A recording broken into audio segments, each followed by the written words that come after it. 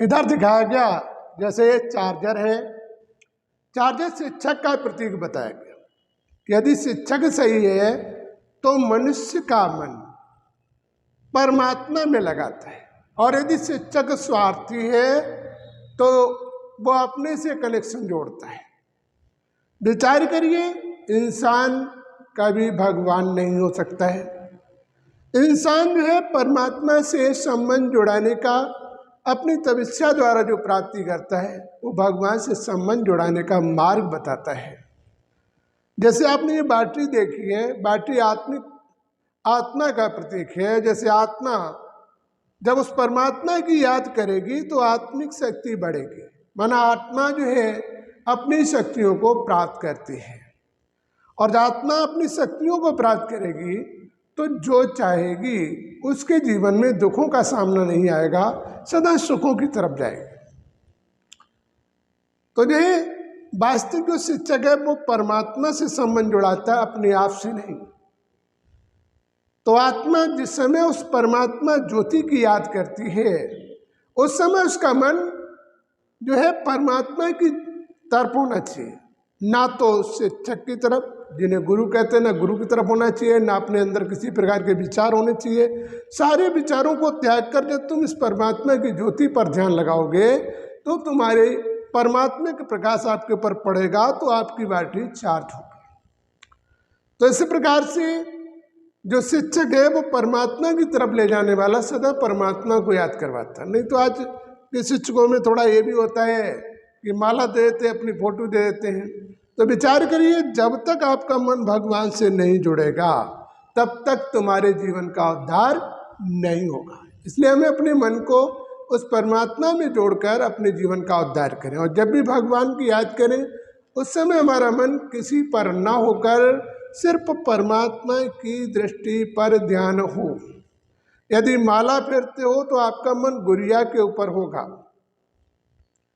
यदि आप मंदिर जा रहे हो, घरेलू बातों को लेकर जा रहे हो तो आपका मन उन बातों पर होगा, तो मंदिर जाने का कोई लाभ प्राप्त नहीं होगा।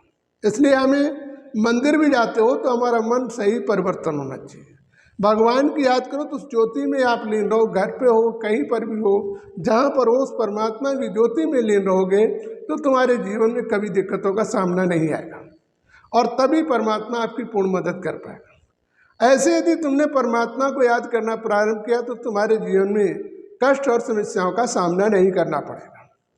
तो वास्तविक हमें अपने जीवन में अपनी आत्मा रूपी आत्मा को उस परमात्मिक ज्योति में लीन करना है।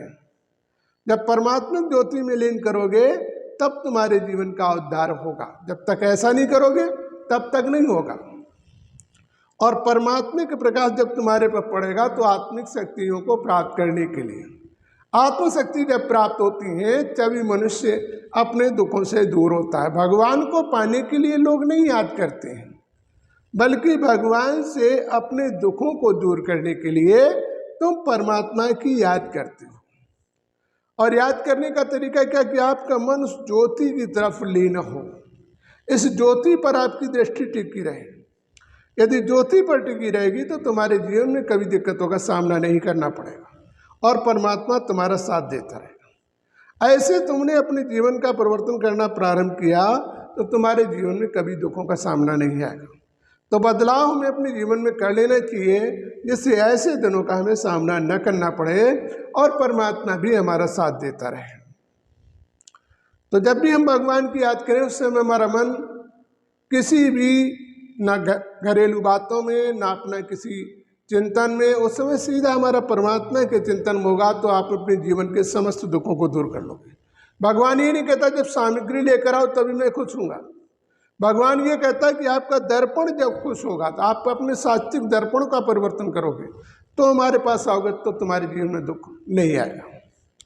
परमात्मा कहता 24 घंटे होते हैं, यदि हम 2 घंटे भगवान को दे दें तब भी हमारे जीवन का उद्धार हो जाएगा।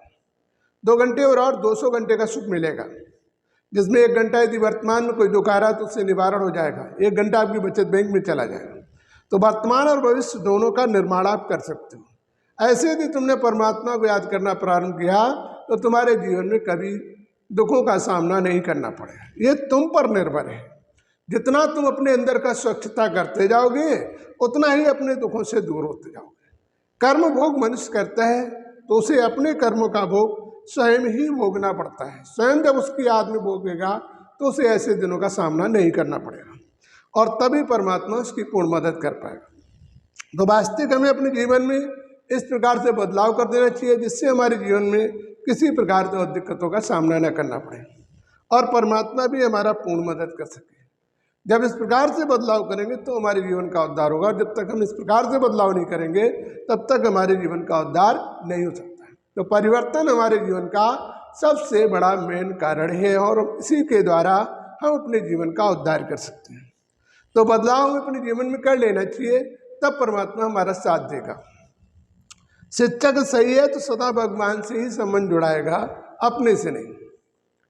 और परमात्मा आत्मा की पुकार परमात्मा ही सुनता है।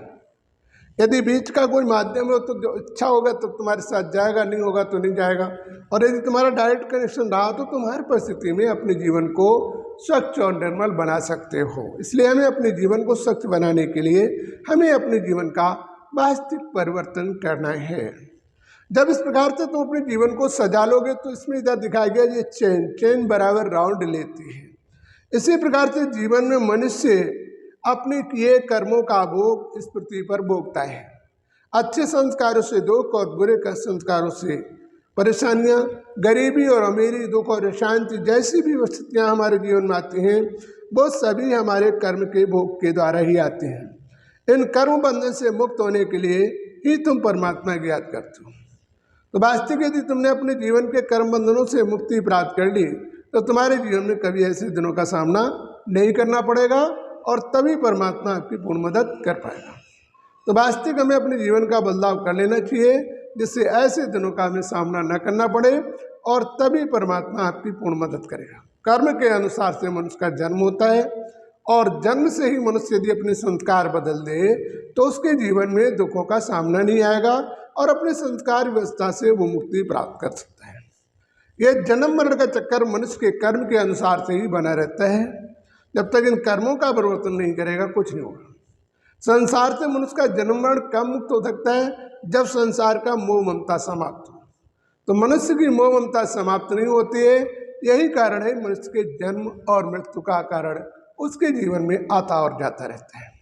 तो वास्तविक हमें अपने जीवन में यदि सुखों को लाना है, अपने कर्मबंधों से मुक्त होना है, तो जितना तुम्हारे जीवन में स्वयं के प्रति कसौटी होती जाएगी उतना ही तुम्हारा जीवन श्रेष्ठ और महानता की तरफ जाएगा और उतना ही तुम अपने जीवन में दुखों से दूर हो पाओगे।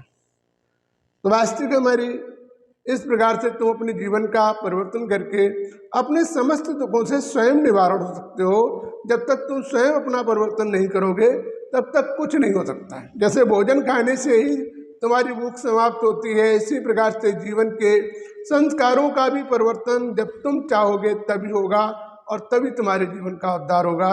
इस प्रकार से तुमने अपने जीवन का परिवर्तन किया तो तुम्हारे जीवन में कभी दुखों का सामना नहीं आएगा और तभी परमात्मा आपकी पूर्ण मदद कर पाएगा। और जब तक तुम ऐसा नहीं करोगे तब तक तुम्हारे जीवन का उद्धार नहीं होगा और परमात्मा भी तुम्हारी पूर्ण मदद नहीं कर पाएगा। अच्छा, जय श्री परमात्मा की हमारे समस्त भाइयों को जय श्री।